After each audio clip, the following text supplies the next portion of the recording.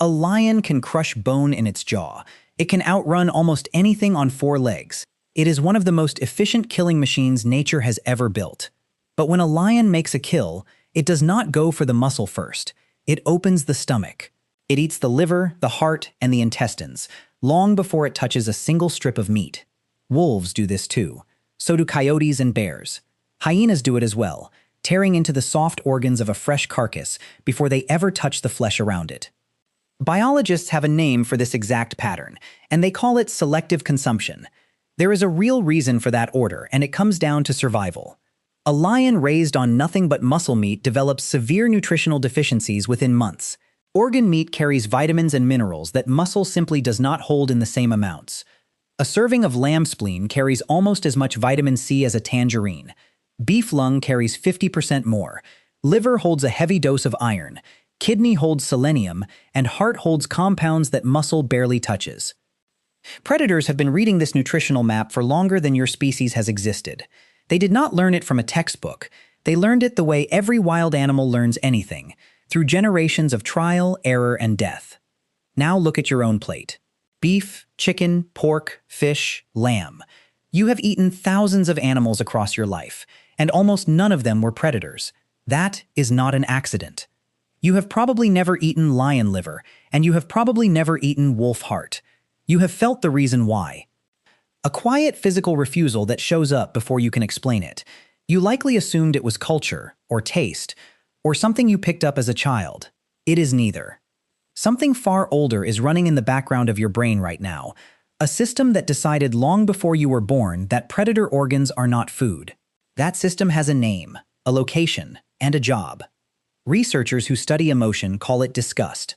They have traced it to a small, folded region deep inside the brain called the insula.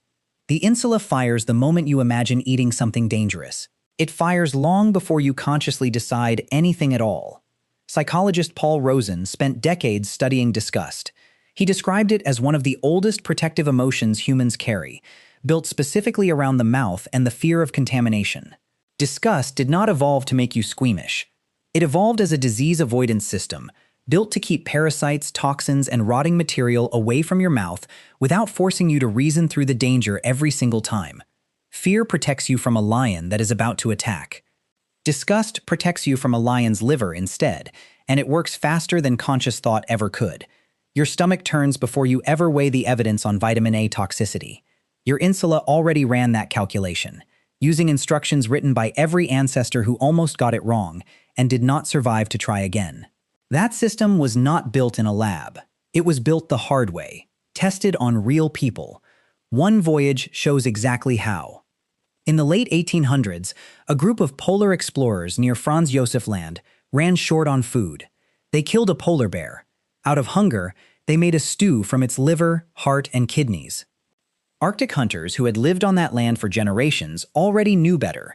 Many indigenous communities across the far north had long since learned to bury a polar bear's liver in the snow rather than eat it, without ever running a single lab test. That knowledge simply never reached the explorers in time. Within 4 hours, the men who ate the stew grew nauseous. Their heads pounded. A heavy drowsiness set in that no amount of rest could shake. Over the next 24 hours, the skin on half those men began to peel away from their bodies. Not from sunburn or frostbite. It simply came loose. Every man survived, and the lesson landed hard because a predator's liver can poison you. That stew held toxic levels of vitamin A. A liver stores everything an animal has absorbed across its lifetime. Franz Josef Land was not the only expedition this happened to. Decades later, during an early Antarctic expedition, the explorer Douglas Mawson found himself stranded with dwindling food and a team of sled dogs. Facing starvation, his party ate the dogs themselves, including the liver. Mawson survived, though barely, and his companion did not. Historians and doctors who later studied his journal entries pointed to the same culprit as before, a massive overdose of vitamin A concentrated inside the liver of animals that had eaten meat for their entire lives. His skin peeled, and his hair fell out in patches. He described symptoms that mirror the polar bear stew almost exactly, separated by decades, a different continent, and a different species of predator. 2 expeditions, 2 eras, 2 animals, and the same organ delivering the same poison the same way. That kind of repetition is not a coincidence. It is a pattern locking into place across history. The same warning system fails the same kind of hungry, desperate people whenever it gets ignored. A single polar bear liver can carry enough vitamin A to poison an adult human. That stored dose comes from a lifetime at the top of the food chain. It becomes extreme. Vitamin A poisoning is only the first danger on the list. Too much vitamin A does not simply make you sick in a vague way. It raises pressure inside the skull, it damages the liver, and it pulls the outer layer of skin loose from the body underneath. That is exactly what happened at Franz Josef Land and in Mawson's tent, symptom by symptom, in men who had no idea what was hitting them. Doctors today can name the condition precisely. They call it hypervitaminosis A. Predator liver remains one of its most concentrated natural sources on Earth. Vitamin A poisoning is dramatic, but it is not even the danger doctors worry about most. Federal health officials warn explicitly that eating raw or undercooked meat from wild carnivores can cause a serious roundworm infection called trichonellosis. Bears and wolves carry it, and so do seals, walrus, and wildcats. The parasite behind it does not stay in the gut.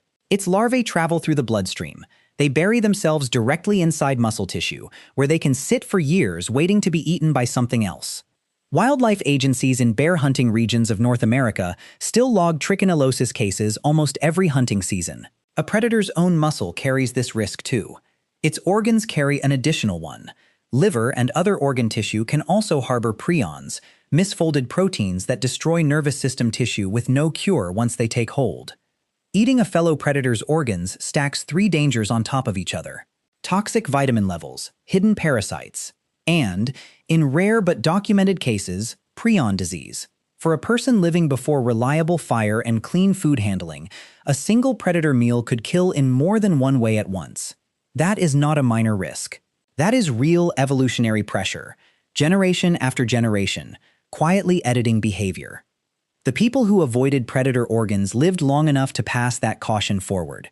The people who did not get the chance. The disgust you feel today is not a random preference. It is the compressed memory of thousands of years of trial and error, written directly into your nervous system. But here is where the story gets stranger. The pattern is not only human.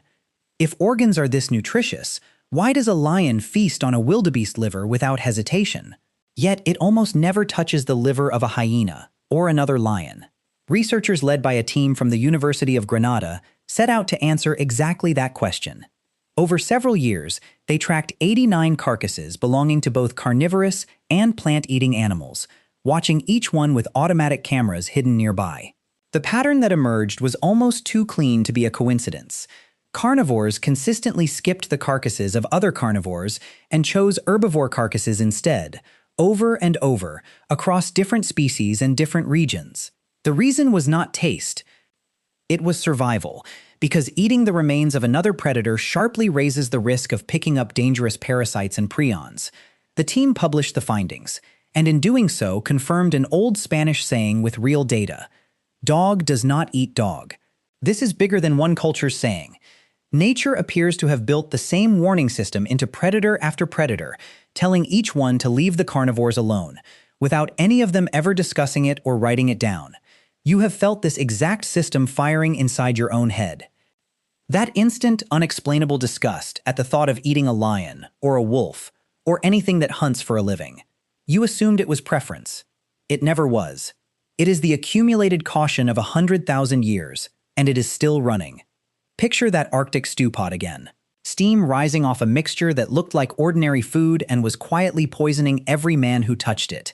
That single meal captures the entire mechanism in one scene, an apex predator's organs, packed with everything the environment could not break down, entering a body that had no defense built for that concentration. The same warning system that told those explorers something was wrong, too late, is the one whispering to you before you ever pick up a fork. It has been running since long before written history. It does not care whether the danger in front of it is a bear liver or a strange smell on a plate. Even a warning system this old is not absolute. Understanding where it bends tells you almost as much as understanding where it holds. In the most extreme famine conditions, wolves and other carnivores have been documented eating the carcasses of their own dead pack members, organs included, when nothing else remains. Survival researchers see the same override in people. Rare, desperate accounts describe shipwrecked or stranded travelers eating parts of the dead that culture and instinct would otherwise forbid completely. The rule was never eating predator organs equals certain death. The rule works closer to a quiet cost-benefit calculation, weighing the risk of poison against the risk of starving within days. Under normal circumstances, that calculation always favors caution. And normal circumstances describe almost every day of almost every life. Only true desperation, the kind measured in days without food rather than mild hunger, tips the balance far enough to override 100,000 years of caution. That is not a flaw in the system. That is exactly how a well-built survival instinct is supposed to work, bending only when the alternative is certain death, and holding firm everywhere else. Now here is the part most people get wrong about this instinct. It is not a blanket rule against eating predators at all. Bear meat is eaten in parts of North America and Northern Europe. Mountain lion meat has fed hunters in the American West for generations. In both cases, hunters cook and eat the muscle, and in both cases, tradition still says to leave the liver alone. The instinct is precise, not broad. Muscle tissue does not concentrate toxins the way organ tissue does, because muscle is built for movement, not for filtering and storing everything the animal has absorbed. Organs like the liver and kidney work as filters. Every toxin and every fat-soluble vitamin an animal absorbs over its lifetime ends up stored there, in far higher concentrations than in the surrounding meat. A herbivore near the bottom of the food chain keeps that stored load low. A predator at the top feeds on animals that were already carrying their own stored toxins. That load multiplies at every step upward, and scientists have a word for it. They call it biomagnification. Think of it as a chain of cups, each one catching the runoff poured from the cup below it. A plant catches a small amount from the soil. A grazing animal that eats many plants catches the runoff from all of them combined. A predator that eats many of those grazing animals ends up holding the fullest cup of all. That fullest cup sits concentrated most heavily inside its liver and fat. This single idea explains almost everything in this story, from the Arctic stew pot to the instinct in your own gut right now. The top of the food chain is never the safest place to eat from, not in any era. This pattern shows up far beyond hunter-gatherer folklore. It is written directly into some of the oldest legal codes humans ever produced. Jewish dietary law explicitly forbids eating land predators and birds of prey, naming them in instructions that go back thousands of years. Islamic dietary law follows a nearly identical rule, prohibiting animals that hunt using fangs or talons. Each tradition arrived at that rule independently, through completely separate religious paths. Neither explained it using vitamin A toxicity or biomagnification, because neither had access to that kind of science. They simply knew. They simply reached the same practical boundary that the University of Granada researchers would later confirm with cameras and carcasses, thousands of years apart. When two unrelated civilizations land on the identical rule without ever comparing notes, that is not coincidence. That is convergent evolution playing out in culture instead of biology. Two separate systems solved the exact same survival problem and arrived at the exact same answer. Your ancestors faced this danger mostly through parasites, prions, and sudden vitamin poisoning. You face a newer version of the same old problem, and it comes from a source nobody in the 1800s could have imagined. Inuit communities in the Arctic have hunted seal and polar bear for generations. Recent research on those communities has turned up alarmingly high pollution levels. Polar bears concentrate long-lived industrial chemicals at levels researchers have measured as high as 13 times recommended health guidelines. Scientists often call this group of chemicals forever chemicals. Their formal name is shortened to PFAS. They resist breaking down in the environment for decades. That means they keep accumulating the higher an animal sits on the food chain. A polar bear at the top of that chain becomes a living storage container for everything that flowed upward beneath it. Its liver and fat hold a concentrated summary of an entire ecosystem's pollution. Health officials in Michigan now advise avoiding the organs of wild game altogether. Their reasons have nothing to do with parasites. The chemistry behind the danger has changed completely, yet the outcome has not moved an inch. Ancestors feared parasites and sudden poisoning. Today, the threat is slow industrial contamination building up in fat and organ tissue. Different cause, same conclusion. because predator organs concentrate danger, then and now. This is not only a story from history books. Modern hunters still run into the same wall today, usually because nobody warned them in time. Wildlife agencies across bear hunting regions now print explicit advisories telling hunters never to eat the liver of a bear. Vitamin A poisoning still sends people to the hospital in the modern era. Medical journals carry case reports of hunters who cooked and ate bear liver as a delicacy, only to develop the same nausea, headache, and peeling skin that hit the Franz Josef Land crew. The difference between the 1800s and today is not the danger. The difference is that today, the warning is printed on a wildlife department pamphlet, instead of carried only inside an ancient wordless instinct. Most people never need the pamphlet, because the older system already got there first. There is one more thread to this story, and it deserves honesty rather than hype, especially given how often it shows up in health content today. In 1958, a researcher named Kment ran a small study. He fed animals tagged thyroid tissue so he could track exactly where it went in the body, and it traveled straight to the recipient's own thyroid instead of spreading evenly. A similar result involving heart and liver tissue turned up 2 years earlier, in 1956. Researchers wrote both papers only in German and French. Nobody translated them widely, nobody retested them at scale, and nobody folded them into modern nutrition science in any serious way. Some blame shrinking research funding and a drug industry built around medicines it can patent, rather than food it cannot. No solid proof shows anyone buried this work on purpose, and that distinction matters. Here is the honest version. The idea that eating an organ specifically feeds the matching organ in your own body remains an old, barely tested guess. It is not an established fact. Treat it as a curious footnote in the history books, not settled science. That has not stopped a modern supplement industry from building entire product lines around a version of this exact idea.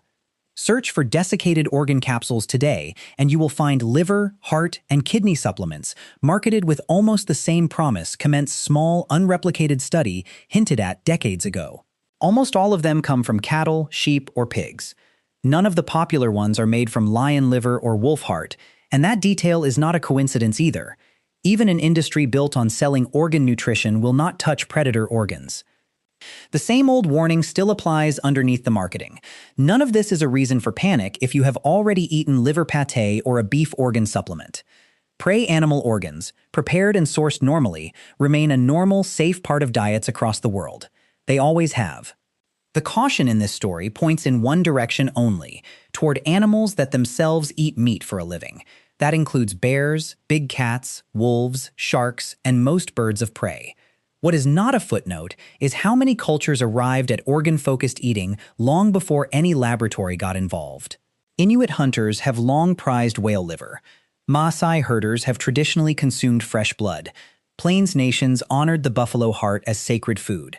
Mongolian herders have long valued sheep organs as a central part of the diet, shared across an entire family in one sitting. Scottish tradition turned sheep heart, liver, and lungs into haggis. French tradition turned duck and goose liver into pâté. None of them ran a controlled trial. They ran thousands of years of lived experience instead, and they landed on organs from prey animals specifically, never from predators. That detail matters more than it first appears. The same ancient wiring that pushes a lion toward a wildebeest liver and away from a hyena liver also shaped which organs your own ancestors decided were safe to eat. Both instincts came from the identical survival calculation. Eat the nutrient-dense organs of animals below you on the food chain. Leave the organs of fellow predators alone, because whatever they absorbed across their lifetime sits concentrated inside that tissue, waiting. So the real question was never whether this instinct is valid. It clearly kept people alive for a long time, across continents, without a single shared conversation between them. The real question is different. Has the modern world quietly swapped out the danger while leaving the warning system exactly the same? Parasites and acute poisoning have mostly given way to industrial pollutants building up in fat and organ tissue. Your gut reaction never needed to update because the underlying rule never changed. If you ever find yourself holding a piece of predator liver, your gut reaction is not being dramatic. It is running a calculation that took 100,000 years to refine. It was built from the deaths of everyone who tried the alternative and did not live to warn the next generation. None of this means every instinct in your body deserves blind trust. Some old reflexes misfire badly in a modern world that looks nothing like the one that built them. But this particular one has aged remarkably well. The threat changed from parasites to industrial chemicals, and the same gut reaction still points you away from the danger without needing an update. That is rare. Most inherited instincts either fade into irrelevance or actively work against you once the environment shifts far enough. This one kept pace with a completely different kind of danger, across more than 100 years, without a single conscious adjustment. Stay away from what sits at the top of the food chain. That is the same rule a lion follows when it walks past a hyena carcass. It is the same rule that saved most of those Arctic explorers. They learned it the hard way, and every generation since has inherited the shortcut without needing to relearn the lesson from scratch. And it is the same rule quietly running in your body right now every time a plate in front of you does not feel like food. You did not choose this instinct, you inherited it, the same way every predator on land inherited its own version, and it has been protecting bodies like yours for longer than memory itself.